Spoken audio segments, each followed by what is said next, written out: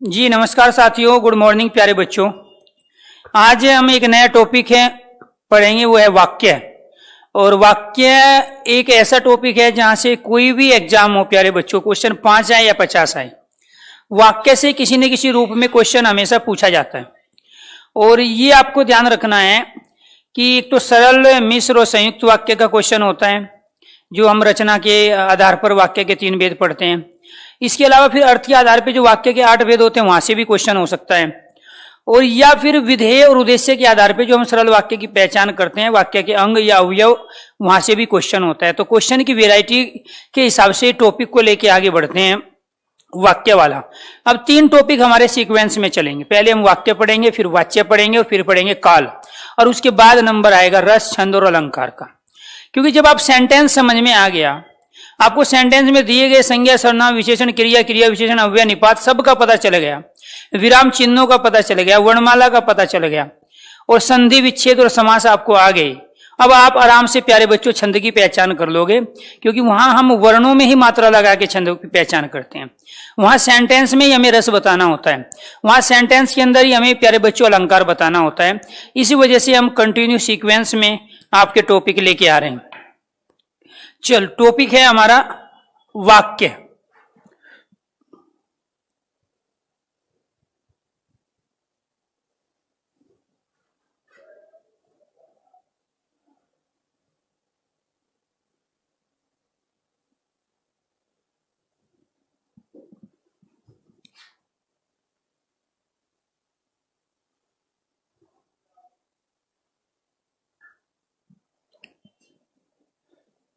ठीक,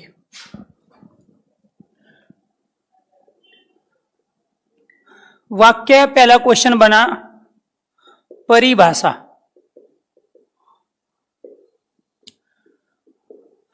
पदों का सार्थक समूह वाक्य कहलाता है।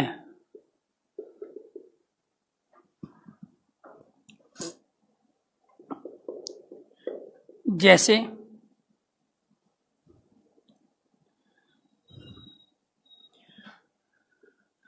कमल जल में खिलता है। इसके बाद वाक्य के अंग, वाक्य के, या हम भाग भी कह सकते हैं। 2 भाग होते हैं। एक होता है प्यारे बच्चों उद्देश्य, जिसे हम कर्ता भी कह सकते हैं। और दूसरा भाग जो होता है वो होता है विधेय, जिसे हम क्रिया कहते हैं। वास्तव में एक होता है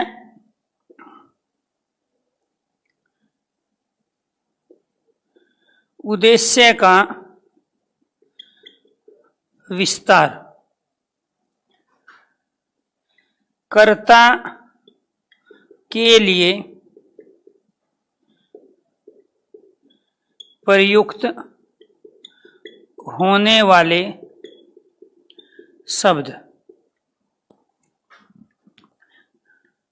फिर एक होता है विधेय का विस्तार, क्रिया के लिए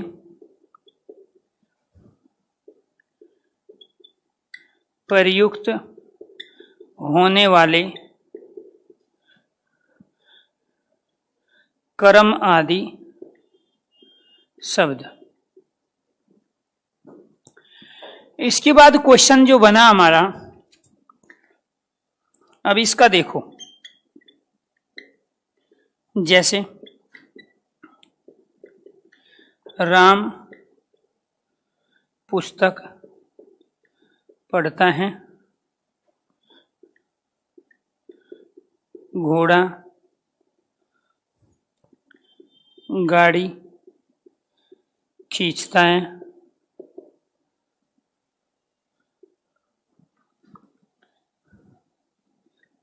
तीसरा सेंटेंस, मोहन खाना खाता है। माता पिता पार्क में बैठे हैं। पांचवा सेंटेंस, राम श्याम मोहन सोहन तथा सीता गीता बबीता आपस में खेलते कूदते पढ़ते लिखते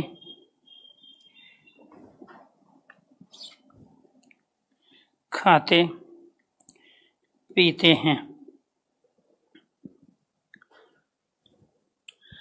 इसके बाद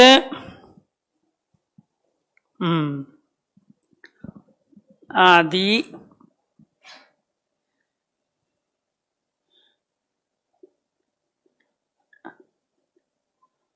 आदि शब्द,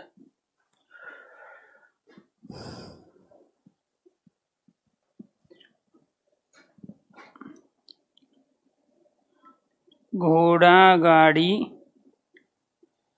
खींचता है। पार्क में बैठे हैं।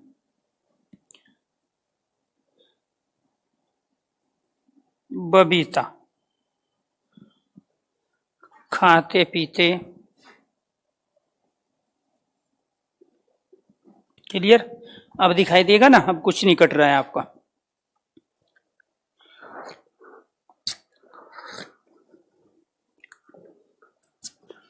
इसके बाद वाक्य के अंग आपने पढ़ लिए।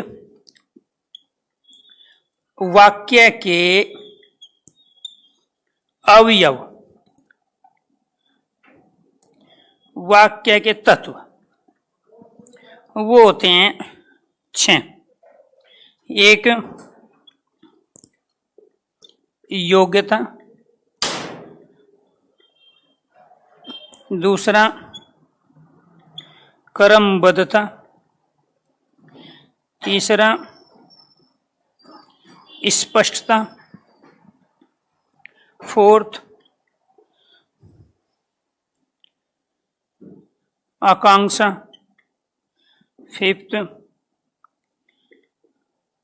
सन्निधि और 6 अन्वय। तो आपको यह ध्यान रखना है प्यारे बच्चों, जैसे क्वेश्चन बनता है पर्टिकुलर किसी टॉपिक से, तो उसी के आधार पे अगर हम अपने टॉपिक को लेके आगे बढ़े तो तमाम पूछे जाने वाले क्वेश्चन या तमाम उस टॉपिक पर बनने वाले क्वेश्चन आपके एक सीक्वेंस में आपके सामने आएंगे। एक तो क्वेश्चन बनता है, इसकी डेफिनेशन क्या होगी, परिभाषा क्या होगी। पदों का सार्थक समूह क्या कहलाता है? वाक्य। ये अपने आप में यहां कमल जल में खिलता और है, ये सारे के सारे पद है। अगर मैं इनको लिख दूं अलग अलग, यहां पे मैं लिख दूं प्यारे बच्चों कमल, यहां लिखूं जल और यहां लिख दूं मैं खिलता, ये अपने आप में तीनों शब्द है। लेकिन जब इन्हीं शब्दों का प्रयोग हम सेंटेंस में करते हैं तो ये पद कहलाते हैं। और पदों का जो सार्थक समूह है, सार्थक मतलब कोई अर्थ देता हो, अर्थ के साथ हो, तो पदों का जो सार्थक समूह है वो क्या कहलाया? वाक्य कहलाया। लेकिन केवल इतनी ही बात कह देना काफी नहीं होता कि पदों का सार्थक समूह वाक्य है। लेकिन अगर मैं कहूं रावण ने राम को मारा, यहां भी सबका मीनिंग है, राम का भी है, रावण का भी है, मारने का भी है, लेकिन यह शुद्ध वाक्य नहीं है। वास्तव में कोई भी वाक्य पदों का सार्थक समूह होने के बाद में शुद्ध तब कहलाएगा जब उसके साथ ये 6 एलिमेंट्स तत्व जुड़े होंगे। यानी कि पद आपस में योग्यता को पूरा कर रहे होंगे, क्रमबद्धता, स्पष्टता, आकांक्षा, सन्निधि, अन्वय उनके बीच में होगा, तभी वो शुद्ध वाक्य कहलाएगा। क्योंकि यहां से एक क्वेश्चन शुद्ध और अशुद्ध वाक्य भी पूछा जाता है।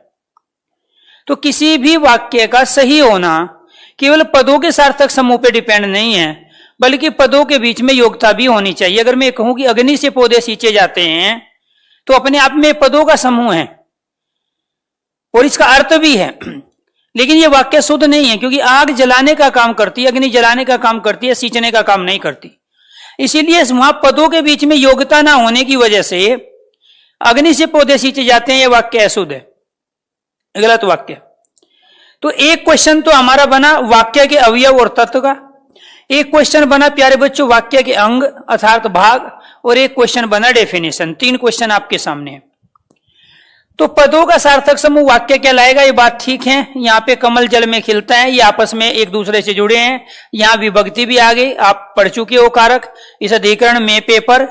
जब किसी शब्द के साथ विभक्ति आ जाती है तो वो पद कहलाते हैं, और पदों के सार्थक समूह को वाक्य कहते हैं।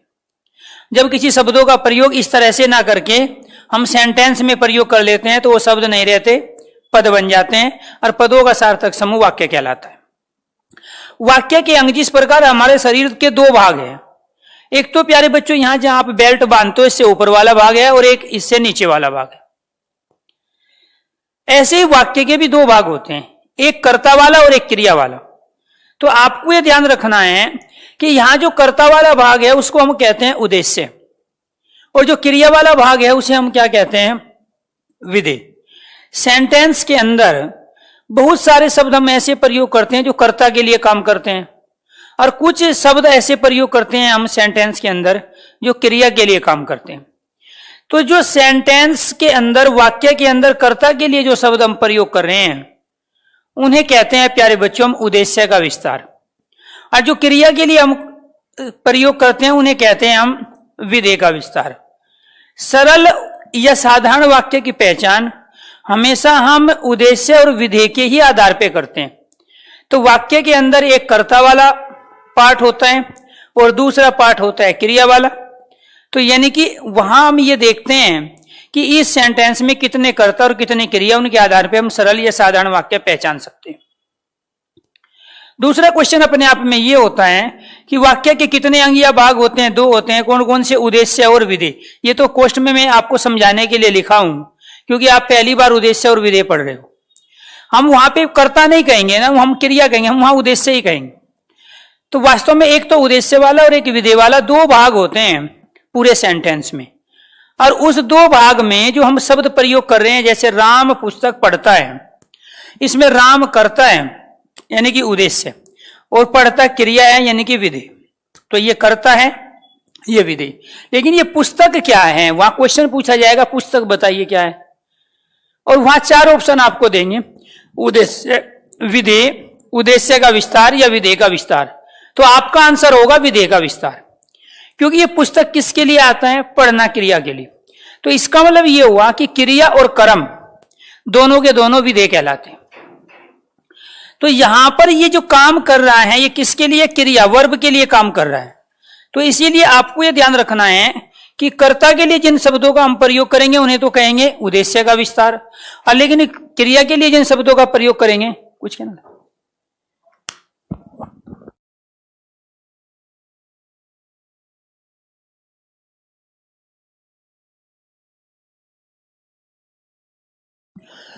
तो आपको ये ध्यान रखना है प्यारे बच्चों, राम पुस्तक पढ़ता है, ये पुस्तक यहां पढ़ने के लिए आई है, राम के लिए नहीं आई। क्रिया किससे हो रही है, पुस्तक से हो रही है। इसलिए प्यारे बच्चों ये कहलाएगा यहां पे विधेय का विस्तार।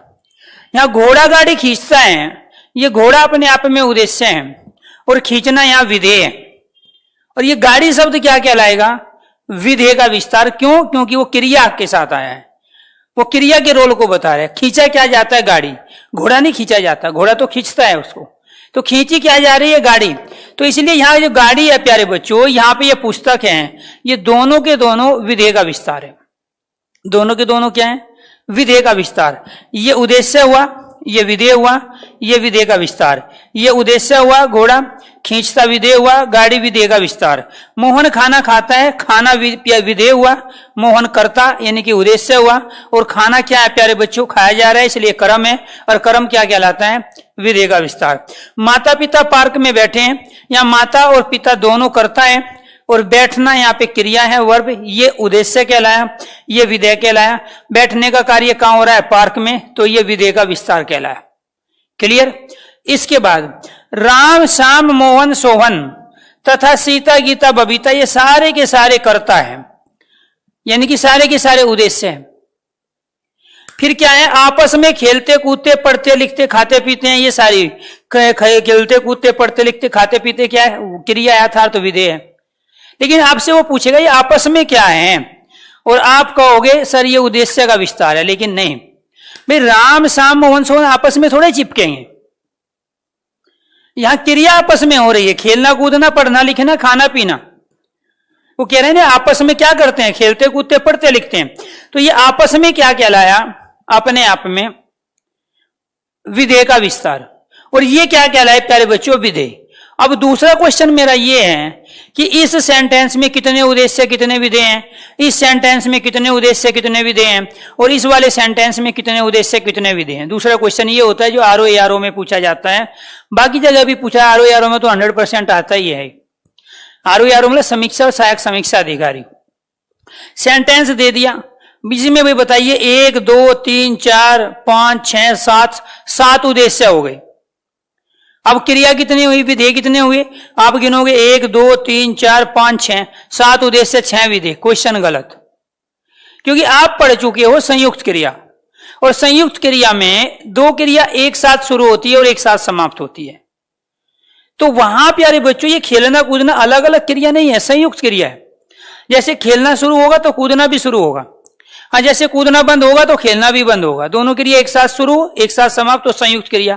तो एक क्रिया तो हमारी ये हो गई जो आप गलती करोगे, पढ़ना के साथ लिखना एक क्रिया ये हो गई, और ये तो 7 इसमें उद्देश्य है और 3 इसमें विधेय, और आपस में क्या है इसमें विधेय का विस्तार।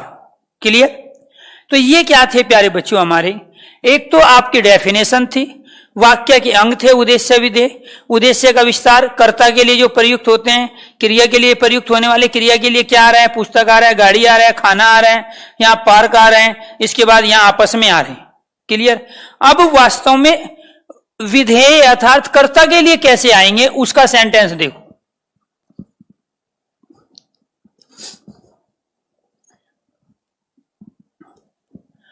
अगर मैं यहां पर ये कहूं 5 सेंटेंस हो गए थे, सुंदर भारत का सपना देखने वाले नेता आजकल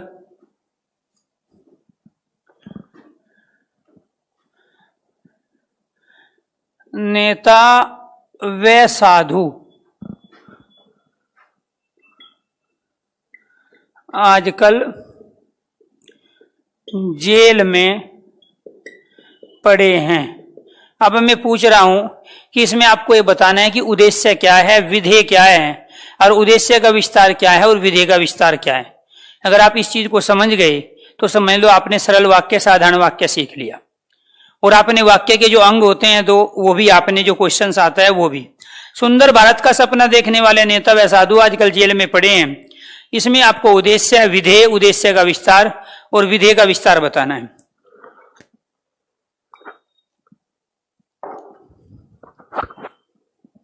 देखो बेटे यहां कर्ता क्या है, कर्ता को हम क्या कहते हैं, उद्देश्य। एक तो है नेता और दूसरा है साधु, इसका मतलब इसमें 2 उद्देश्य है, नेता और साधु।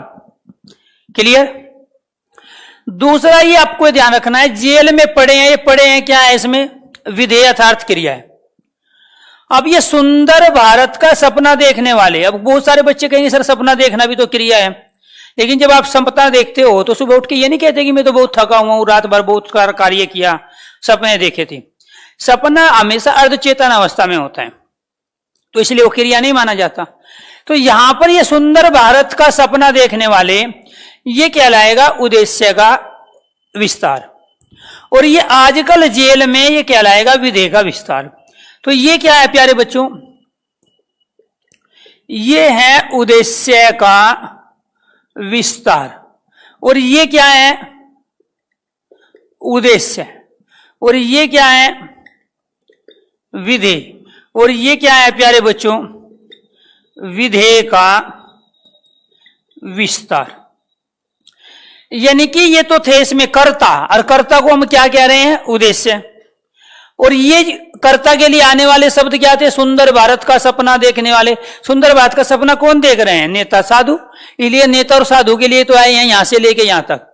तो ये क्या कहलाया, उद्देश्य का विस्तार। और ये आजकल जेल में पढ़े हैं विधेय का विस्तार, और पढ़े हैं क्या कहलाया, विधेय।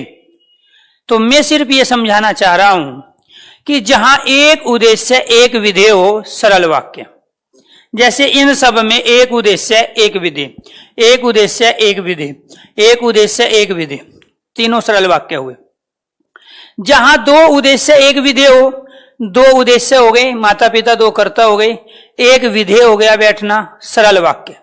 और जहां अनेक उद्देश्य और अनेक विधेय हो, यहां राम श्याम मोहन शोभन गीता सीता बबीता, ये अनेक उद्देश्य और अनेक विधेय हो। खेलना कूदना पढ़ना लिखना खाना पीना नाचना गाना नहाना धोना, ये सब क्या है। तो जहां एक उद्देश्य एक विधेय था, एक कर्ता और एक क्रिया हो, तो वो सेंटेंस सरल वाक्य था, साधारण वाक्य कहलाता है। हाँ, विधेय वाक्य के लास्ट में नहीं, ऐसा नहीं होता। हम पहले भी प्रयोग कर सकते हैं, ये जरूरी नहीं है बेटे, ठीक है। हिंदी और संस्कृत की यही खासियत होती है कि हम इसमें कर्ता को कहीं लिख दें, ठीक है। पुस्तक मेरे द्वारा पढ़ी गई और मेरे द्वारा पुस्तक पढ़ी गई, हम कहीं भी कर सकते हैं, ठीक है। या प्यारे बच्चों, वहां क्रिया को आप पहले रखोगे तो भी सेंटेंस में भाव वही रहेगा।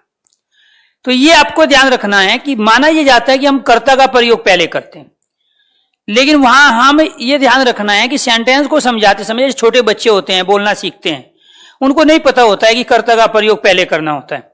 तो कई बार वो सेंटेंस के इस तरह प्रयोग करेंगे, उसमें कर्म या क्रिया पहले प्रयोग कर लेंगे, कर्ता आएगा बाद में। जैसे फॉर एग्जाम्पल, चमक उठी सन 57 में वह तलवार पुरानी थी, और बुंदेले अरबोलों के मुंह से हमने सुनी कहानी थी, और खूब लड़ी मर्दानी वह तो झांसे वाली रानी थी। यानी कि ये झांसे वाली रानी तो करता है इसमें, और ये कहां आया, सबसे लास्ट में। उससे पहले तमाम क्रियाएं, चमक उठी सन 57 में वह तलवार पुरानी थी, यानी कि तमाम शब्द आए हैं, लेकिन कर्ता कहां आया, सबसे लास्ट में आया। तो ये नहीं होता है वीरेंद्र कि कर्ता पहले ही आए। अगर हम कोई गाना गा रहे हैं, कोई गीत गा रहे हैं, कोई भजन गा रहे हैं, कोई कीर्तन गा रहे हैं, ठीक है प्यारे बच्चों, तो कर्ता का प्रयोग हम ज्यादातर बाद में प्रयोग करते हैं, बाद में ही आता है वो नाम। और यहां तक कि आपने बहुत सारी रागनी सुनी होगी या सपना चौधरी के गाने सुने होंगे, तो लास्ट की दो पंक्ति में ही प्रयोग करता है वो कर्ता का कि ये गाना किसने लिखा था, कौन गा रहा है। और उसके पहले वो तमाम क्रियाएं कर्म और कर्ता से संबंधित जो शब्द होते हैं वो प्रयोग करता रहता है। तो यहां क्या हुआ प्यारे बच्चों कि ये तीनों सेंटेंस, पहला दूसरा और तीसरा, एक उद्देश्य और एक विधेय वाला सेंटेंस था, इसलिए सरल वाक्य कहलाएंगे। यहां माता पिता दो कर्ता है और एक इसमें क्रिया है। दो कर्ता अगर एक क्रिया है या दो कर्ता दो क्रिया है तो भी वो सरल या साधारण वाक्य कहलाएगा। और अनेक कर्ता और अनेक क्रियाएं हैं तो भी वो सरल अर्थात साधारण वाक्य कहलाएगा। अब इसका मतलब ये हुआ कि सरल वाक्य कोई सिंपल वाक्य नहीं होते, एक लाइन वाले नहीं होते। मैं यहां से शुरू करूंगा सरल वाक्य को और यहां तक लिखता चला जाऊंगा तो भी सरल वाक्य खत्म नहीं होगा। इसलिए वो दिमाग से निकाल दो कि सरल वाक्य छोटा सा वाक्य होता है, सिंपल वाक्य होता है। सरल या साधारण वाक्य की पहचान केवल और केवल हम उद्देश्य और विधेय के आधार पर करते हैं। उद्देश्य को हम कर्ता कहते हैं, विधेय को हम क्रिया कहते हैं। क्लियर? ये भी सेंटेंस सरल वाक्य ही है। क्यों? क्योंकि इसमें दो उद्देश्य हैं और एक विधेय। और जहां दो उद्देश्य एक विधेय हो, जैसे माता पिता पार्क में बैठे, ये भी तो दो उद्देश्य एक विधेय थे। या मैं इसमें से साधु हटा दूं तो ये एक उद्देश्य एक विधेय वाला हो गया। क्लियर? अब लालू प्रसाद यादव भी बैठा हुआ है, सुंदर बात का सपना देख रहा था, जेल में है। और राम रहीम और आसाराम बापू भी दोनों जेल में। इसलिए आपको ये ध्यान रखना है, नेता व साधु, आपको ये ध्यान रखना है कहां है, जेल में। ये सारे सुंदर बात का सपना देख रहे थे कि भारत को बहुत अच्छा बनाएंगे। लेकिन आपको ये ध्यान रखना है प्यारे बच्चों कि ये दो उद्देश्य अर्थात कर्ता हुए, एक विधेय हुआ, ये क्रिया के साथ प्रयोग होने वाले शब्द विधेय का विस्तार कहलाए, कर्ता के लिए आने वाले शब्द उद्देश्य का विस्तार कहलाए। इसी को कहते हैं हम सरल वाक्य। यानी कि आपने एक तो डेफिनेशन समझी और आपने एक दूसरा वाक्य के अंग यानी कि दो भाग जो वाक्य के होते हैं वो समझा। अब आपको समझना है वाक्य के अवयव अर्थात तत्व। ये वाक्य के अवयव अर्थात तत्व 6 तत्व होते हैं। कौन कौन से यहाँ पे लिखे हैं मैं दोबारा से फिर लिखूंगा। कई बार क्वेश्चन पूछा जाता है वाक्य के कितने तत्व होते हैं, वाक्य के कितने अवयव होते हैं। अवयव मतलब एलिमेंट्स। जैसे पानी जो बना है ना जल, वो हाइड्रोजन और ऑक्सीजन के मिश्रण से बना है, तो उसमें कितने तत्व होते हैं पानी में? 2, हाइड्रोजन और ऑक्सीजन। क्लियर। सोडियम क्लोराइड में कितने तत्व होते हैं? 2, सोडियम और क्लोराइड। ऐसे ही हमारा जो शरीर है प्यारे बच्चों ये 5 तत्वों से मिलकर बना है, पृथ्वी, जल, वायु, अग्नि और आकाश। तो जैसे हमारा शरीर 5 तत्वों से मिलकर बना है, ऐसे ही वाक्य के जो अवयव हैं यानी कि एलिमेंट्स हैं या हम कहे तत्व है वो कितने हैं? 6। ये भी क्वेश्चन पूछा जाता है बहुत। एक को है इसमें प्यारे बच्चों योग्यता। जैसे अग्नि से पौधे सींचे जाते हैं। ये वाक्य अशुद्ध है। क्यों? क्योंकि योग्यता नहीं है पदों के बीच में। दूसरा क्रमबद्धता। रावण ने राम को बाण से मारा, इसमें क्रमबद्धता नहीं है। ठीक है। या हाथी ने दौड़ में घोड़ों को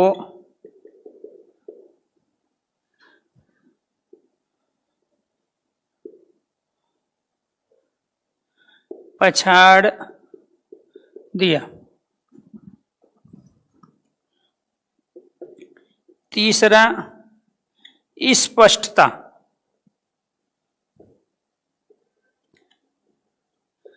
खाता है। इसके बाद सन्निधि। सन्निधि का मतलब क्या होता है? अत्यंत निकटता,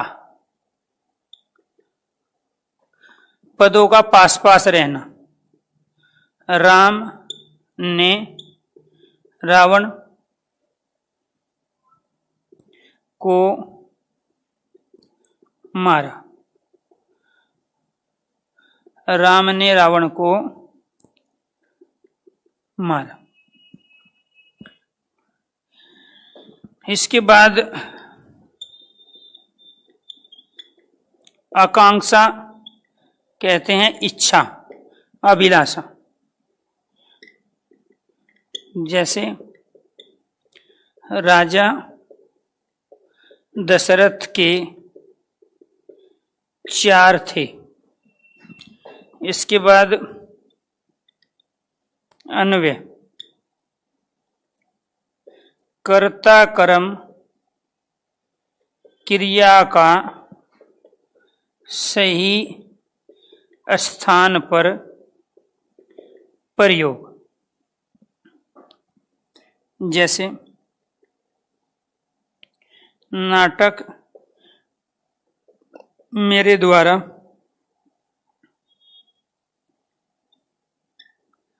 पढ़ा गया, खेला गया, एनीथिंग।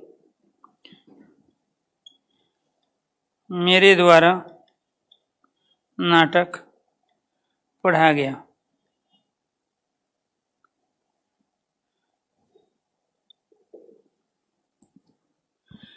वाक्य में अशुद्धि के अनेक कारण होते हैं। एक कारण होता है वाक्य में अशुद्धि का, वाक्य के जो अवयव होते हैं, तत्व होते हैं। वाक्य में अशुद्धि पदों के बीच में योग्यता नहीं है तो भी हो सकता है, स्पष्टता ना हो, क्रमबद्धता ना हो, आकांक्षा ना पूरी हो रही हो, अन्वय ना हो सही तरीके से, तो भी वाक्य अशुद्ध हो सकता है।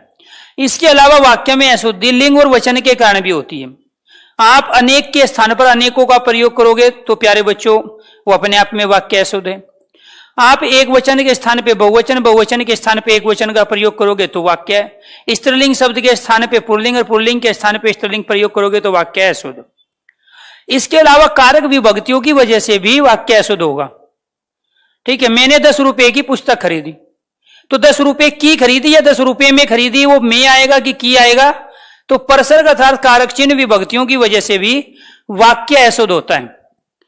तो इसलिए आपको ध्यान रखना, फूलों की एक माला दो या फूल की एक माला दो, वहां फूलो आएगा कि फूल आएगा, इसकी वजह से भी वाक्य अशुद्ध होता है।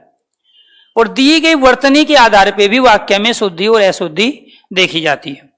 तो आपको यह ध्यान रखना है कि वाक्य में अशुद्धि के अनेक कारण होते हैं, उनमें से एक कारण होते हैं वाक्य के अवयव अर्थात तत्व। यहां ये पदों का सार्थक समूह है, क्योंकि अग्नि का अर्थ आग होता है, पौधे भी पता है आपको, सींचना भी जा, सबका मीनिंग है, सबका अर्थ है, लेकिन ये शुद्ध वाक्य नहीं है। क्यों? क्योंकि अग्नि में पौधे को सींचने की योग्यता नहीं है, बल्कि अग्नि में योग्यता है जलाने की। इसलिए यहां पदों के बीच में योग्यता न होने की वजह से यह वाक्य अशुद्ध वाक्य कहलाया। एक पॉइंट। दूसरा, रावण ने राम को मारा, इसमें क्रमबद्धता सही नहीं है, सीक्वेंस सही नहीं है। कर्म के स्थान पे कर्ता और कर्ता के स्थान पे कर्म रख के भाव को भंग कर दिया, अर्थ को भंग कर दिया। तो यहां राम ने रावण को मारा था, ना कि रावण ने। तो रावण के स्थान पर राम और राम के स्थान पर जो रावण लाया, तो क्रमबद्धता भंग हुई, तो वाक्य अशुद्ध हुआ। क्योंकि इतिहास गवाह है प्यारे बच्चों कि राम ने ही रावण को मारा था। हाथी ने दौड़ में घोड़ों को पछाड़ दिया, इस वाक्य में प्यारे बच्चों क्रमबद्धता नहीं है, क्योंकि घोड़ा अगर लंगड़ा भी होगा तो भी हाथी को पछाड़ देगा। यहां उल्टा कह रहा है कि दौड़ में घोड़ों ने हाथी को पछाड़ दिया, ये भी हम कह सकते थे। दौड़ का प्रयोग हमने क्या कर लिया, क्रिया का प्रयोग पहले कर लिया। अभी एक बच्चा पूछ रहा था, ठीक है, उससे अर्थ निकल रहा है, भाव निकल रहा है, क्रमबद्धता प्यारे बच्चों पूरी हो रही है वहां पे। लेकिन अगर हम यहां पर ये कहे हाथियों ने दौड़ में घोड़ों को पछाड़ दिया, तो ये वाक्य सत्य नहीं है, क्योंकि घोड़े ही हाथियों को हमेशा पछाड़ते हैं दौड़ में, क्योंकि वो तेज चलता है, धीरे चलता है। स्पष्टता खाता है, और आप कहोगे अमरूद खाता है, आम खाता है या रोटी खाता है, तो वहां प्यारे बच्चों में ये भी कह सकता हूं कि SBI का खाता है, पंजाब नेशनल बैंक का खाता है। तो ये खाता है किस सेंस में आया, क्लियरिटी नहीं है, स्पष्टता नहीं है कि ये अमरूद खाता है, आम खाता है, किस सेंस में आया है, या स्टेट बैंक का खाता है या पंजाब नेशनल बैंक का खाता है। और जब तक यहां हमें क्लियर नहीं है, तो वो क्या था, कहने का मतलब ये हुआ, महाभारत में जो युधिष्ठिर ने शब्द प्रयोग किया था, अश्वत्थामा मारा गया, तो वो अश्वत्थामा वो हाथी था या अश्वत्थामा उसका लड़का था द्रोणाचार्य का, तो क्लियरिटी नहीं थी। और जब क्लियरिटी स्पष्टता नहीं थी, तो उसने समझ लिया कि मेरा पुत्र मारा गया, और उसने अपने हथियार त्याग दिए। वही यहां पे भी है, खाता है, कौन सा खाता? आप कहोगे रोटी खाता, मैं कहूंगा नहीं, पंजाब नेशनल बैंक का खाता है। तो ये क्या है प्यारे बच्चों, स्पष्टता जब तक नहीं होगी तब तक भी वो वाक्य शुद्ध नहीं होगा।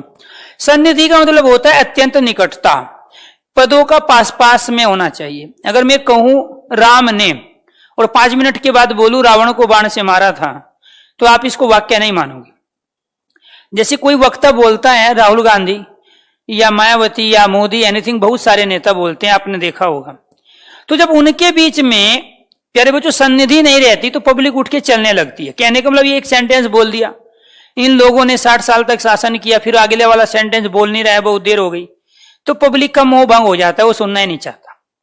तो इसलिए पदों का पास पास होना जरूरी है। राम ने रावण को बाण से मारा था, बोलते समय भी और लिखते समय भी शब्दों का पास पास होना बहुत ज्यादा जरूरी है, तभी वो वाक्य शुद्ध वाक्य माना जाएगा। अगर मैं आज कह रहा हूं कि राम ने, कल आके कह रहा हूं क्लास में 11 बजे कि रावण को बाण से मारा था, तो आप इसको सेंटेंस नहीं मानोगे। क्यों? क्योंकि उसमें प्यारे बच्चों आपने बहुत समय ले लिया, बोलने में भी और लिखने में भी। अगर एक शब्द में यहां लिख दूं, एक यहां लिखूं, एक यहां लिखूं, एक यहां, एक यहां, तो ये सन्निधि नहीं थी, इसलिए वाक्य नहीं होगा। इसलिए यहां राम के बीच में इतना गैप लिया, यहां बिल्कुल भी गैप नहीं है, यहां आपने इतना गैप लिया, यहां बिल्कुल गैप नहीं है, तो ये वाक्य भी अशुद्ध वाक्य हुआ, ये गलत वाक्य। क्यों? क्योंकि सन्निधि नहीं है। तो लिखते समय और बोलते समय पदों का पास पास होना, पदों का नजदीक होना बहुत ज्यादा जरूरी है, तभी वो शब्द दूसरे शब्द के साथ मिलकर अपने अर्थ व भाव को प्रकट कर पाते हैं। आकांक्षा का अर्थ होता है इच्छा। जब तक सेंटेंस में दिए गए शब्दों की इच्छा की पूर्ति नहीं होगी, उनकी आकांक्षा की पूर्ति नहीं होगी, तब तक प्यारे बच्चों वो शुद्ध वाक्य नहीं कहलाए। जैसे राजा दशरथ के 4 थे, अब ये पदों का समूह तो है, लेकिन ये वाक्य शुद्ध नहीं है। अब राजा दशरथ के 4 क्या महल थे, घोड़े थे, 4 हाथी थे, या 4 हथियार थे, या 4 पुत्र थे, कुछ क्लियर नहीं। तो राजा दशरथ के 4 थे। इस पूरे सेंटेंस को किसी एक शब्द की इच्छा है, एक शब्द की आकांक्षा है, और वो शब्द क्या है प्यारे बच्चों? पुत्र। जब तक इस सेंटेंस को ये शब्द नहीं मिलेगा, तब तक ये शुद्ध वाक्य नहीं कहलाएगा, ये वाक्य पूरा नहीं कहलाएगा। इसीलिए सेंटेंस में दिए गए शब्दों की आकांक्षा पूरी होनी चाहिए। राजा दशरथ के 4 पुत्र थे, तो यहां क्या आ जाएगा प्यारे बच्चों? पुत्र। तो यहां सारी चीज थी, यहां क्रमबद्धता भी थी, यहां स्पष्टता भी थी, यहां योग्यता भी थी, यहां प्यारे बच्चों सन्निधि भी थी। देखो सब में पास पास में प्रयोग हो रहे हैं, सारे हाथी ने, दौड़ में घोड़ों को, यहां सब पास पास में प्रयोग हो रहे हैं। ऐसा नहीं कोई शब्द कहीं लिखा हो, कोई जितनी यहां पे सन्निधि है इतनी यहां, यानी कि सेंटेंस में बाकी 5 चीजें पूरी हो रही थी, लेकिन एक की वजह से वाक्य अशुद्ध हो गया, आकांक्षा पूरी नहीं हुई थी। और जब तक ये 5 चीजें, 6 की 6 चीजें एक साथ नहीं होगी, तब तक प्यारे बच्चों ये शुद्ध वाक्य नहीं कहलाएगा। कर्ता कर्म क्रिया का सही स्थान पर प्रयोग। नाटक मेरे द्वारा पढ़ा गया, और इसी में पूछ लेगा कि मेरे द्वारा नाटक पढ़ा गया, या मेरे द्वारा निबंध लिखा गया, या निबंध मेरे द्वारा लिखा गया, कौन सा वाक्य शुद्ध है और कौन सा वाक्य अशुद्ध है? तो यहां अन्वय का मतलब यह है, कर्ता के स्थान पे कर्ता है, कर्म के स्थान पे कर्म आए, और क्रिया के स्थान पे क्रिया है। तो इसीलिए आपको यह ध्यान रखना है प्यारे बच्चों, यहां मेरे द्वारा, क्योंकि हम द्वारा शब्द का प्रयोग करेंगे, कर्ता के साथ वो यहां पे भी आ रहा है, लेकिन यहां हमने कर्म पहले ले लिया, क्रिया अपने स्थान पे है, कर्ता हमने बाद में प्रयोग लिया। जबकि हम प्रयोग कैसे करते हैं? पहले कर्ता का प्रयोग, फिर कर्म का, उसके बाद क्रिया का।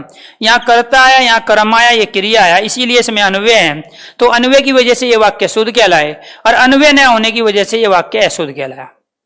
अर्थ ये भी दे रहा था, सार्थक ये भी था, भाव इससे भी निकल रहा है, लेकिन ये शुद्ध वाक्य नहीं है, क्योंकि कर्ता कर्म क्रिया का सही स्थान पर प्रयोग करना ही क्या कहलाता है? अन्वय कहलाता है। इसीलिए प्यारे बच्चों आपको ध्यान रखना है कि केवल पदों का सार्थक समूह वाक्य हो, ये पॉसिबिलिटी नहीं है।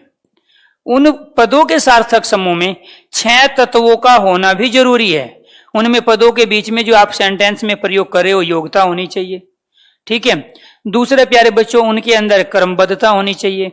तीसरा, स्पष्टता होनी चाहिए, उसमें सन्निधि होनी चाहिए, आकांक्षा पूरी होनी चाहिए, उसमें अन्वय होना चाहिए, और उनमें प्यारे बच्चों योग्यता, क्रमबद्धता, स्पष्टता, सन्निधि, आकांक्षा और अन्वय, ये 6 के 6 तत्व होंगे, तब जाके वो क्या कहलाएगा? शुद्ध वाक्य कहलाएगा। अगर इनमें से कोई एक भी नहीं है, जैसे ये वाला सेंटेंस था, तो योग्यता नहीं थी, फिर भी क्या कहलाया प्यारे बच्चों? अशुद्ध वाक्य कहलाया। यहां राजा दशरथ के सारी चीजें थी, इसमें राजा दशरथ के 4 थे, लेकिन एक चीज नहीं थी, आकांक्षा, इसलिए वाक्य अशुद्ध कहलाया। अब राजा दशरथ के 4 थे, 4 क्या थे? महल थे, हाथी थे, घोड़े थे, रथ थे, ठीक है, पुत्र थे। इसीलिए ये भी क्वेश्चंस प्यारे बच्चों वाक्य के अवयव या तत्व से पूछा जाता है। अब क्वेश्चन आता है वाक्य के भेदों से। तो डेफिनेशन वाला क्वेश्चन हो गया, वाक्य के भाग वाला क्वेश्चन हो गया, अंग वाला, वाक्य के अवयव वाला क्वेश्चन हो गया 3, और चौथा क्वेश्चन आता है यहां से वाक्य के भेद, और 5वां क्वेश्चन आता है शुद्ध और अशुद्ध वाक्य।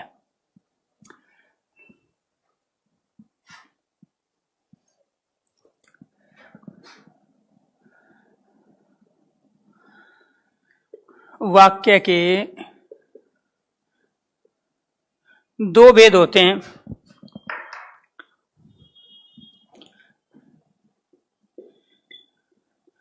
रचना के आधार पर वाक्य के भेद 3, और दूसरा होता है अर्थ के आधार पर वाक्य के भेद 8। ये हम पढ़ेंगे। पहला है प्यारे बच्चों, रचना के आधार पर वाक्य के भेद। पहला क्या है? रचना के आधार पर वाक्य के 3। कौन सा होगा इसमें? सरल या साधारण वाक्य। कहाँ होगा सरल या साधारण वाक्य?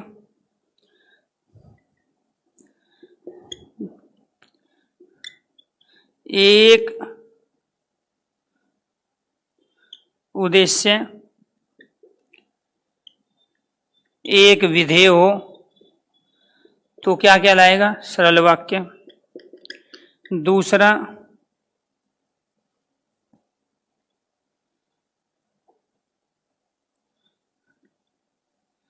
एक या दो उद्देश्य, दो या दो से अधिक विधेय, या एक भी हो सकता है, या अनेक उद्देश्य और अनेक विधेय होंगे तो भी क्या कहलाएंगे? सरल वाक्य। यानी कि सरल वाक्य की पहचान हम उद्देश्य और विधेय के आधार पर करते हैं। राम शाम खाते पीते घूमते फिरते हैं। राम शाम नहाते धोते पढ़ते लिखते हैं। तो दो उद्देश्य हैं, दो से अधिक विधेय हुए। राम पुस्तक पढ़ता है, एक उद्देश्य है, एक विधेय है। क्लियर? ठीक है। माता पिता पार्क में बैठे हैं, दो उद्देश्य, एक विधेय। एक भी आ सकता, जरूरी नहीं दो। कहने का मतलब यह हुआ कि हम प्यारे बच्चों यहां उद्देश्य और विधेय के आधार पर ही सरल या साधारण वाक्य की पहचान कर सकते हैं। और वो कितने होते हैं? एक तो पहला जिसका सरल वाक्य कहते हैं, उसी का दूसरा नाम क्या है? साधारण वाक्य है। रचना के आधार पर वाक्य के 3 भेद होते हैं, सरल, साधारण वाक्य, मिश्र या मिश्रित वाक्य, तीसरा होता है संयुक्त या जटिल वाक्य। तो यहां अब तक हमने जितने भी 6 के 6 सेंटेंस लिए थे, राम पुस्तक पढ़ता है, मोहन खाना खाता है, माता पिता पार्क में बैठे हैं, घोड़ा गाड़ी खींचता है, सारे सरल वाक्य। सुंदर भारत का सपना देखने वाले नेता साधु आजकल जेल में पड़े, सरल वाक्य। घंटी बजी, छात्र कमरे से बाहर आ गए, सरल वाक्य। ठीक है। मैं स्कूल जाता हूं, सरल वाक्य। यानी कि उद्देश्य और विधेय के आधार पर, कर्ता और क्रिया के आधार पर ही हम किसकी पहचान करते हैं? सरल या साधारण वाक्य की। क्लियर? तो ये सारे क्या थे? सरल या साधारण। देवेश रामायण नहीं पढ़ता, सरल वाक्य। देवेश रामायण पढ़ता है, सरल वाक्य।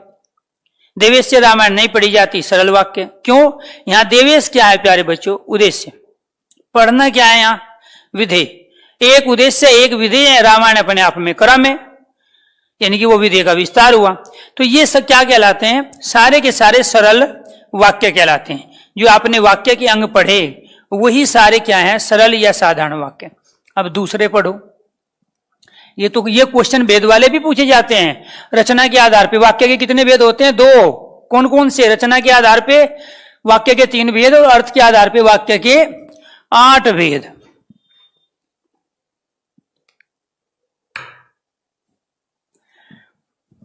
बताओ अगर समझ में आ गया है। घंटी बजी, छात्र छात्राएं कमरे से बाहर आ गए। सूरज निकला,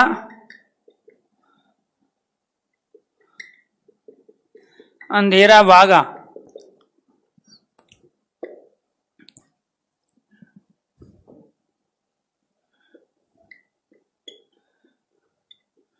सूरज पूरब दिशा में निकलता है।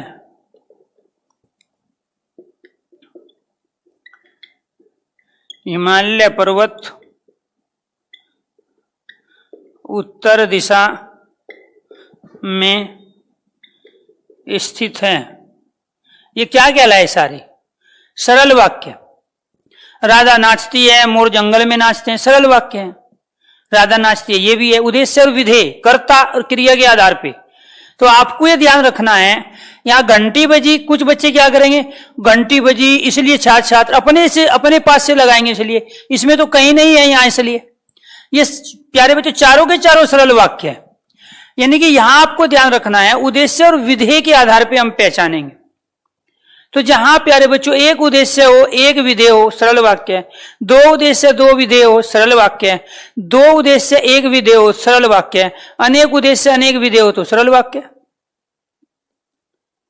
तो यहां अगर इन सरल वाक्य में प्यारे बच्चों में यहां इसलिए लगा दूं, ये वाला इसलिए मैंने लगाया, घंटी बजी इसलिए छात्र कमरे से बाहर आ गए, तो ये मिश्र वाक्य बन गया। क्योंकि इसलिए ने क्या किया प्यारे बच्चों, बाद वाली क्रिया को पहले वाली क्रिया पे डिपेंड कर दिया।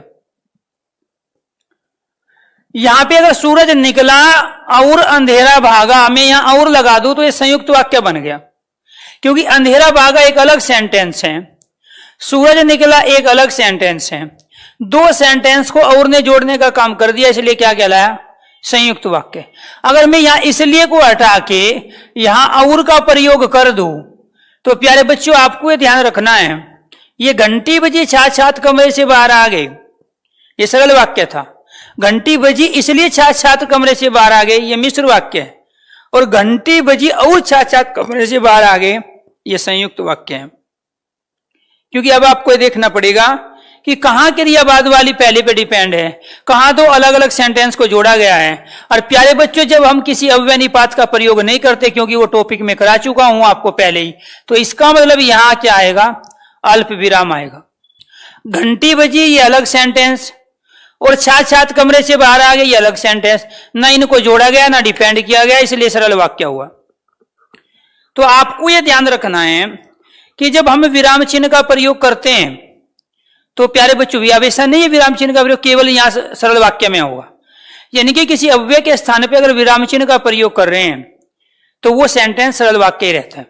लेकिन विराम चिन्ह के स्थान पे हमने किसी अव्यय का प्रयोग कर लिया, इसलिए वह तो क्या कहलाएगा? मिश्र। और का प्रयोग कर लिया तो क्या कहलाएगा? तो ये चीज उस समय भी आपको बताई गई थी कि विराम चिन्ह के स्थान पे हम अव्यय शब्द का प्रयोग करते हैं और अव्यय के स्थान पे हम विराम चिन्हों का प्रयोग करते हैं। अब मिश्र वाक्य देखिए। मिश्र या मिश्रित वाक्य।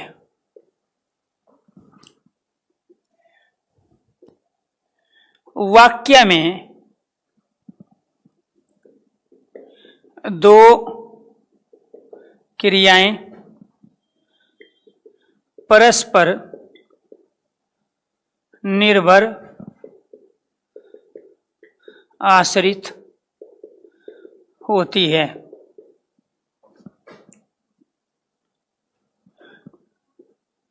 वाक्य में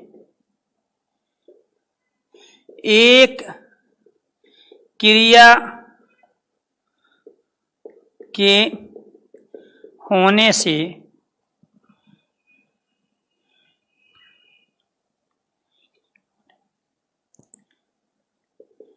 दूसरी क्रिया का होना पाया जाता है।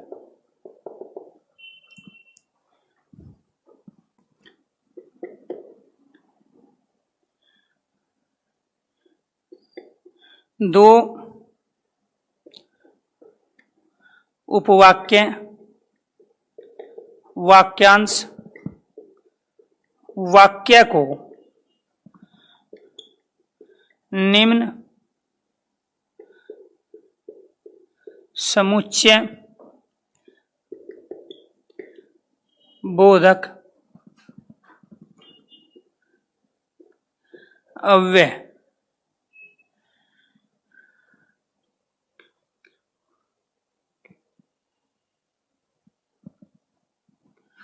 वाक्यों के बीच में समुच्चयबोधक अव्यय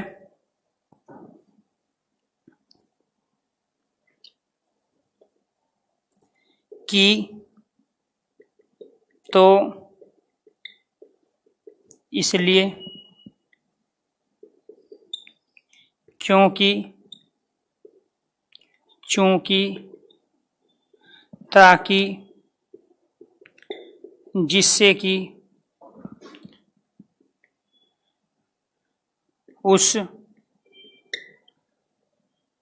उससे कि,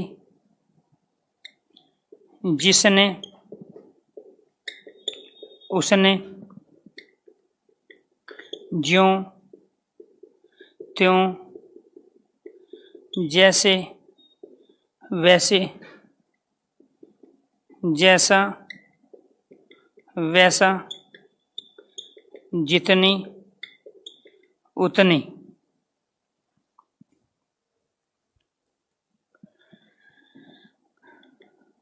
शब्दों का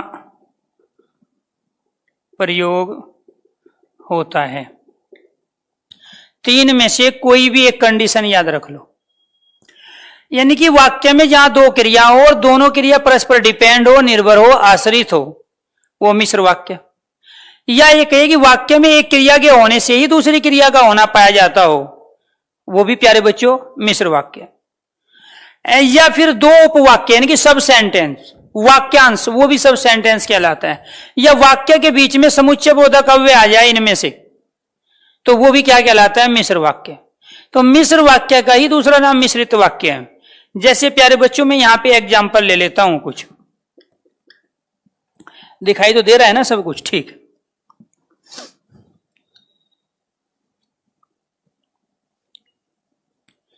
आप मुझे इतनी गाली दो कि झगड़ा हो जाए। महात्मा गांधी ने कहा था कि सदा सत्य बोलो।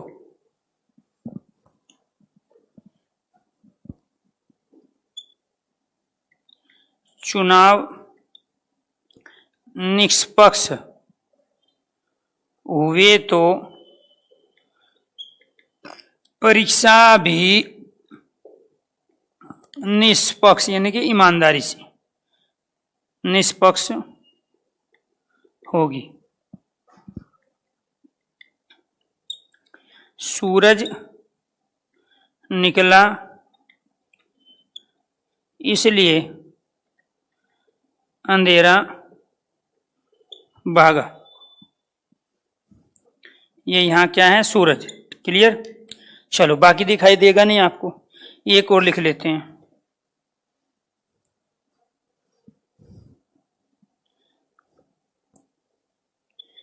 ऐसा कौन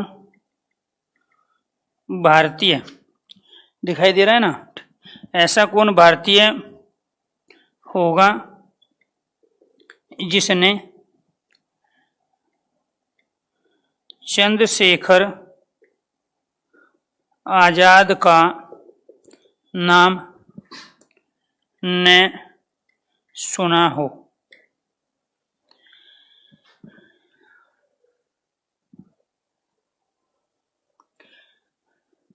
अच्छी बात है। अब यहां क्या है प्यारे बच्चों, सरल वाक्य, साधारण वाक्य जो हमने पढ़ा वो किस आधार पे पहचान रहे थे, कर्ता क्रिया, कर्ता यानी कि उद्देश्य, क्रिया यानी कि विधेय। वहां हम उद्देश्य और विधेय देख रहे थे, यहां हमें उद्देश्य विधेय नहीं देखने। यहां क्या है कि मिश्र वाक्य कब बनेगा, जब दो चीज अलग अलग आपस में मिलेगी तभी तो वो मिश्र कहलाएगा। तो मिश्र वाक्य में प्यारे बच्चों दो क्रिया होती है। सरल वाक्य में भी दो क्रिया हो सकती है, दो से अधिक भी हो सकती है। लेकिन वहां रूल ये है कि दोनों क्रिया डिपेंड होगी, एक दूसरे पर आश्रित होगी। एक क्रिया के होने से ही दूसरी क्रिया के होने की पॉसिबिलिटी होगी। और सेंटेंस को आपस में डिपेंड करने के लिए, एक सेंटेंस को दूसरे से डिपेंड करने के लिए हमें वहां वास्तव में इन समुच्चय बोधक अव्यय का प्रयोग करना पड़ता है। तो ये आपको ध्यान रखना है प्यारे बच्चों, ये किसका काम करते हैं? ये जोड़ने का काम करते हैं।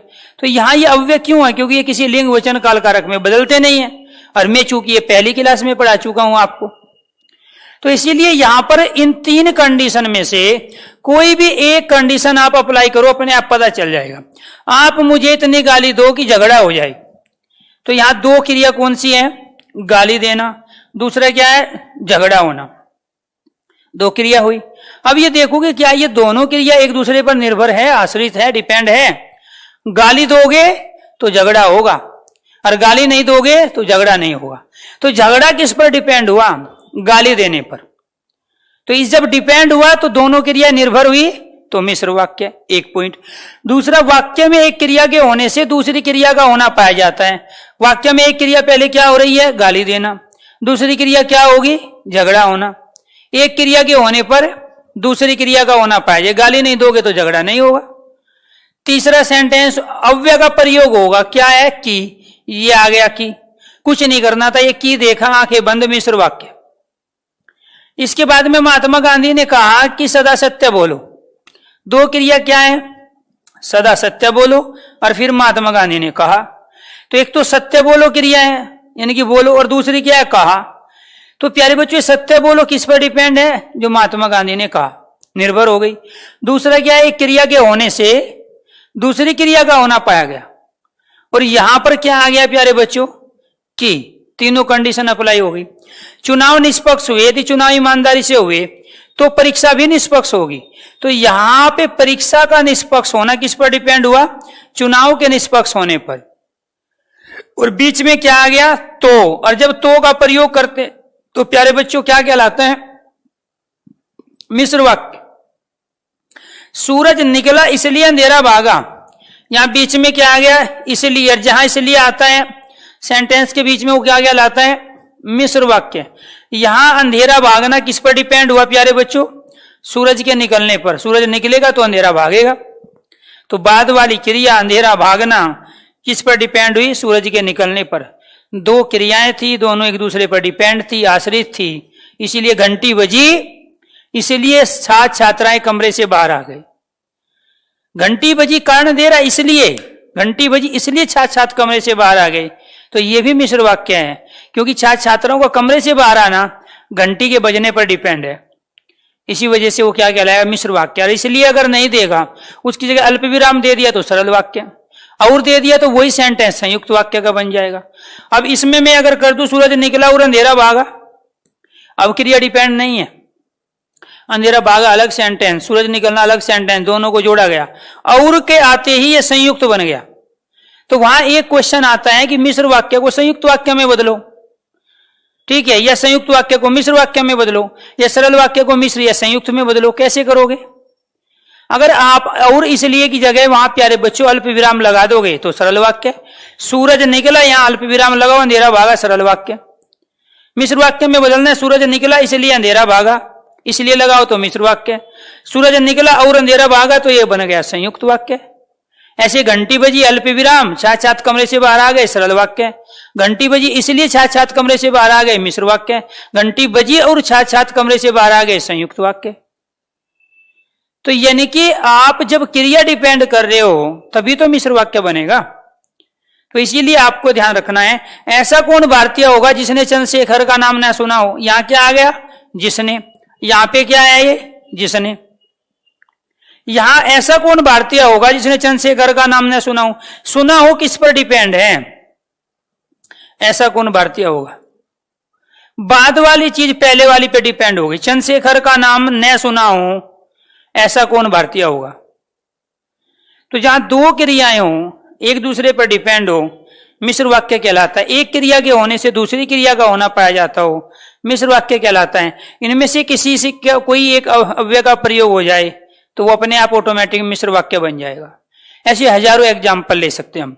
बिजली चमकेगी तो वर्षा होगी, तो बिजली चमकेगी तो वर्षा का होना किस पर डिपेंड हुआ? बिजली के चमकने पर। तो किसका प्रयोग हुआ प्यारे बच्चों? तो का। और जब तो आएगा तो क्या कहलाता है? मिश्र वाक्य। वर्षा होगी तो फसल बोएंगे, क्या आ गया? फसल का बोना किस पर डिपेंड हुई? वर्षा के होने पर। बीच में क्या है? तो, मिश्र वाक्य। आप जैसा बोओगे वैसा काटोगे, क्या आ गया? जैसा और वैसा। कहां है? ये रहा जैसा वैसा। आप जैसा बोओगे वैसा काटोगे, तो यहां जैसा बाद वाला काटोगे क्या? जैसा बोओगे, बाद वाला पहले पे डिपेंड हो गया।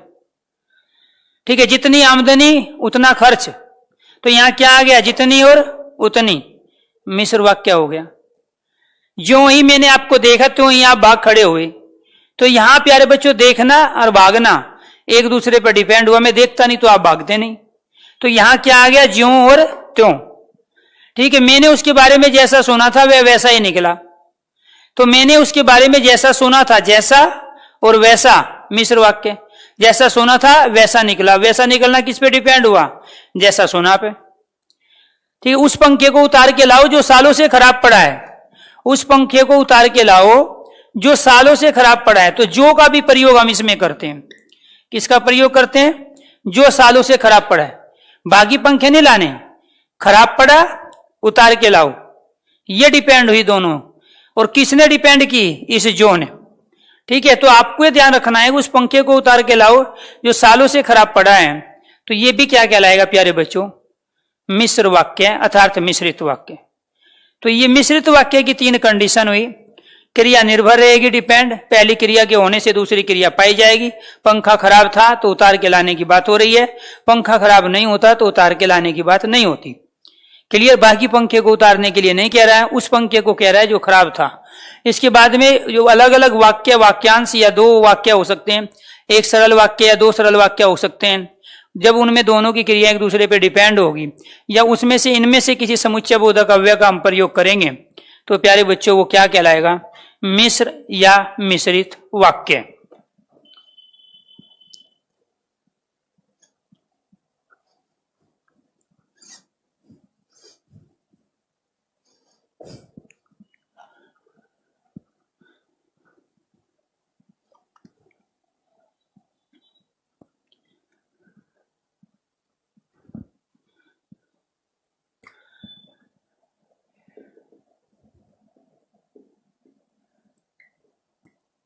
संयुक्त वाक्य या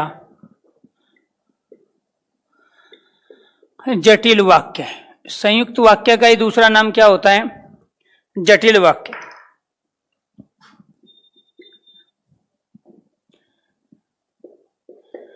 दो या दो से अधिक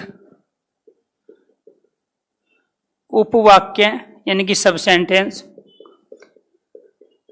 सरल वाक्य, मिश्र वाक्य,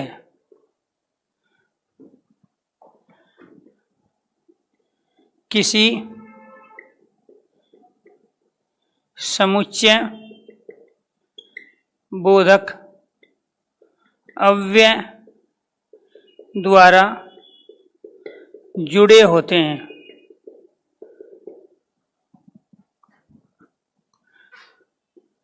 दूसरा,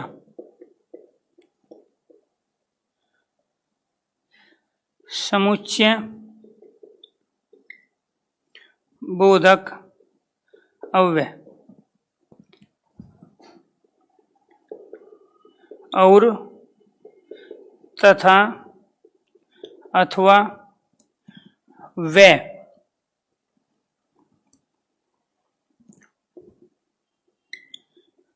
किंतु परंतु लेकिन बल्कि वरन यद्यपि तथापि।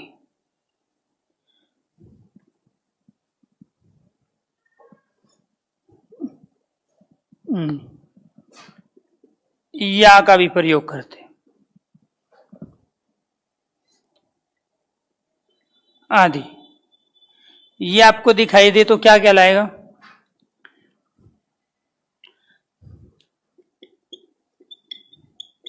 संयुक्त वाक्य में दो क्रियाएं होगी परंतु एक दूसरे पर निर्भर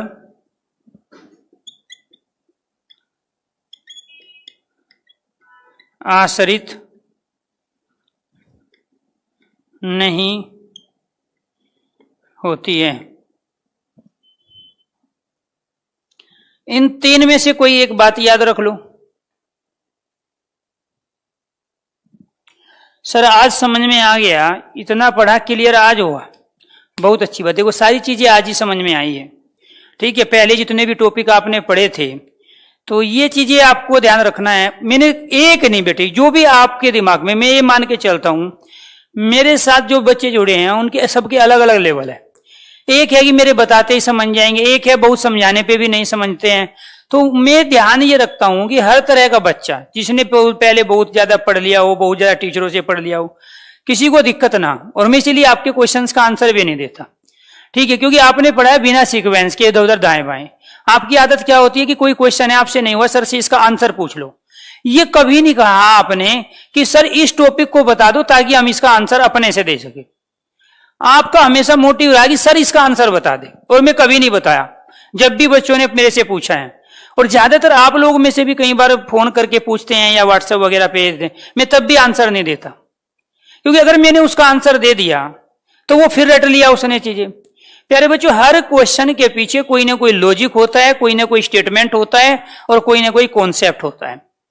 और जब तक वो कॉन्सेप्ट स्टेटमेंट आपके पास नहीं होगा तब तक केवल और केवल चीजें रटी जा रही है, याद की जा रही है। और याद की गई सारी चीजें कभी टाइम पे याद नहीं आती, क्योंकि जब आपको कोई डॉक्यूमेंट्स मांगा जाएगा तो आपको पता भी नहीं होगा कि वो कहां रखा हुआ है, कैसे रखा है। इसीलिए हर चीज का कॉन्सेप्ट समझना लॉजिकली और उसका स्टेटमेंट को जानना कि आखिरकार ये ऐसा क्यों हुआ, वो बहुत ज्यादा जरूरी है। तो यहां पढ़े ये सारी चीजें आप 10 से 12 बार पहले कंटिन्यू पढ़ चुके हो, लेकिन इसीलिए तो अभी आप कह रहे हो कि सर आज समझ में आया। उसका रीजन ये है कि हम इन स्टेटमेंट का अप्लाई करेंगे अपनी कंडीशन पर। तो आपको ध्यान रखना है कि यहां सेंटेंस देखो क्या है।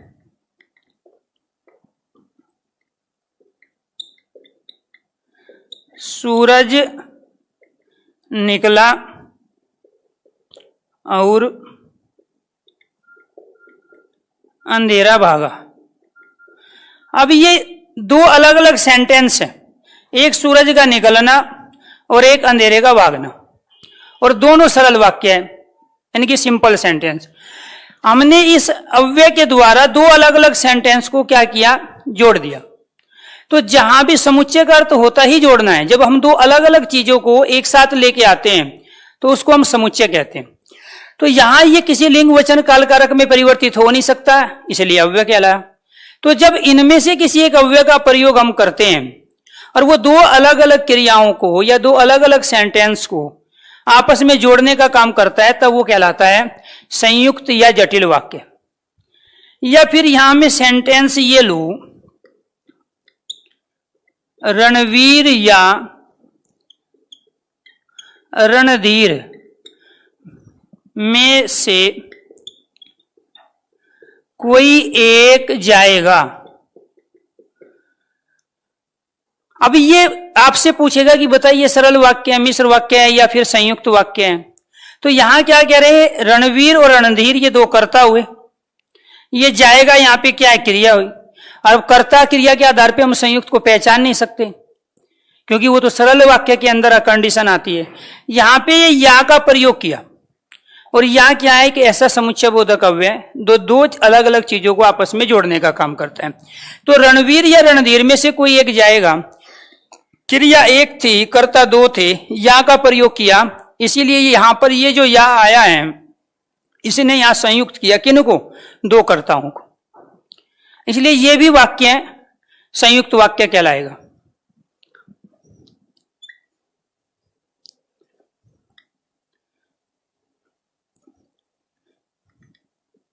मोहन स्टेशन पर पहुंचा लेकिन रेलगाड़ी चली गई या छूट गई। अब यहां रेलगाड़ी चली गई एक अलग सेंटेंस है, मोहन स्टेशन पर पहुंचा एक अलग सेंटेंस है, और इन दो अलग अलग सेंटेंस को किसके द्वारा जोड़ दिया गया? लेकिन के द्वारा। तो यहां यह कहा गया कि जब दो या दो से अधिक उपवाक्य यानी कि सब सेंटेंस या कोई सरल वाक्य या फिर कोई मिश्र वाक्य किसी समुच्चय बोधक अव्यय द्वारा जुड़े हो तो वो क्या कहलाता है? पहला स्टेटमेंट संयुक्त वाक्य। दूसरा क्या? समुच्चय बोधक अव्यय किसका प्रयोग करेंगे? और, तथा, अथवा, वे, या, किंतु, परंतु, लेकिन, वरन। ये अलग अलग लैंग्वेज में हम एक ही शब्द इस सेंस का हम अलग अलग प्रयोग करते हैं। यहां हम किंतु शब्द का प्रयोग कर रहे हैं, वो भी इसी सेंस में हम ये भी कह सकते हैं मोहन स्टेशन पहुंचा किंतु रेलगाड़ी चली गई, मोहन स्टेशन पहुंचा परंतु रेलगाड़ी चली गई, मोहन स्टेशन पहुंचा वरन रेलगाड़ी चली गई। तो हम तत्सम, तद्भव, देशी, विदेशी जो शब्द पढ़ते हैं वो एक ही शब्द का अलग अलग लैंग्वेज में हम एक ही सेंस में अलग अलग शब्द का हम प्रयोग कर रहे हैं। तो यहां पर यह ध्यान रखना है आपको कि जो ये दो अलग अलग सेंटेंस थे इसको जोड़ने का काम कौन कर रहा है? इसको जोड़ने का काम लेकिन ने किया, यहाँ पे या ने किया और और ने किया। और या और लेकिन का प्रयोग हम कहां करते हैं? समुच्चय बोधक अव्यय के रूप में संयुक्त वाक्य में। संयुक्त वाक्य में दो क्रियाएं होगी परंतु एक दूसरे पर निर्भर नहीं होगी। यहां पे दो क्रिया है, एक तो चली गई और एक पहुंचा। यहां भी दो क्रिया है, जाएगा, ठीक है, इसके बाद में अंधेरा भागा और निकला। यहां पे भागना निकलने पर डिपेंड नहीं है, यहां पे जाना पहुंचने पर डिपेंड नहीं है। तो दो क्रिया के होते हुए भी प्यारे बच्चों एक दूसरे पर डिपेंड ना होना, तो ये क्या बताता है? संयुक्त वाक्य। लेकिन अगर बाद वाली क्रिया डिपेंड हो गई, अगर मैं इसमें यहां लिख दूं इसलिए सूरज निकला इसलिए अंधेरा भागा, अब ये भागने की क्रिया निकलने पर डिपेंड हुई। और जहां दो क्रियाएं डिपेंड हो जाती है वो कहलाता है मिश्र या मिश्रित वाक्य। इसके बाद और सेंटेंस देखो,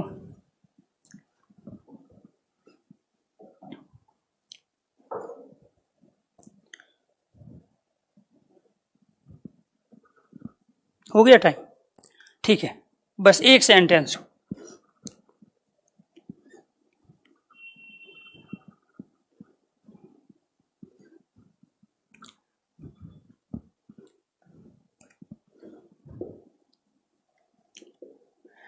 यद्यपि मैं वहां नहीं था तथापि पूरी घटना बता सकता हूं। यह सेंटेंस क्या कहलाएगा? सरल, मिश्र या संयुक्त? कैसे पहचानोगे? यद्यपि मैं वहां नहीं था तथापि पूरी घटना बता सकता हूं। पूरी घटना बता सकता हूं एक अलग सेंटेंस, यद्यपि मैं वहां नहीं था ये एक अलग सेंटेंस, और तथापि के द्वारा क्या किया? हमने जोड़ दिया गया। तो ये कौन सा कहलाया प्यारे बच्चों? समुच्चय बोधक अव्यय। यानी कि वे शब्द जो किसी लिंग वचन काल कारक में परिवर्तित नहीं होते हैं लेकिन दो अलग अलग सेंटेंसों को जोड़ने का काम करें। तो ये तो आप ये बता सकते हो कि यहां पे तथापि शब्द का प्रयोग किया गया इसलिए क्या कहलाया? संयुक्त वाक्य। या फिर आप ये कहोगे कि बाद में मैं बता सकता हूं और मैं वहां नहीं था, दो अलग अलग क्रियाएं लेकिन डिपेंड नहीं हुई, और जब डिपेंड नहीं हुई तो वो कहलाएगा संयुक्त। तो इसीलिए आप या तो इस अव्यय के आधार पर पहचानो या पहले वाली कंडीशन के आधार पर पहचानो कि जहां दो क्रियाएं होगी और डिपेंड नहीं होगी तो वो क्या कहलाएगा? संयुक्त वाक्य। ये रचना के आधार पे जो वाक्य के 3 भेद हैं आपके हो गए हैं कंप्लीट। बाकी इसकी और प्रैक्टिस कर लेंगे कुछ क्वेश्चंस की, उसके बाद हम नेक्स्ट क्लास में लेंगे अर्थ के आधार पे वाक्य के 8 भेद। आज के लिए इतना ही, थैंक यू।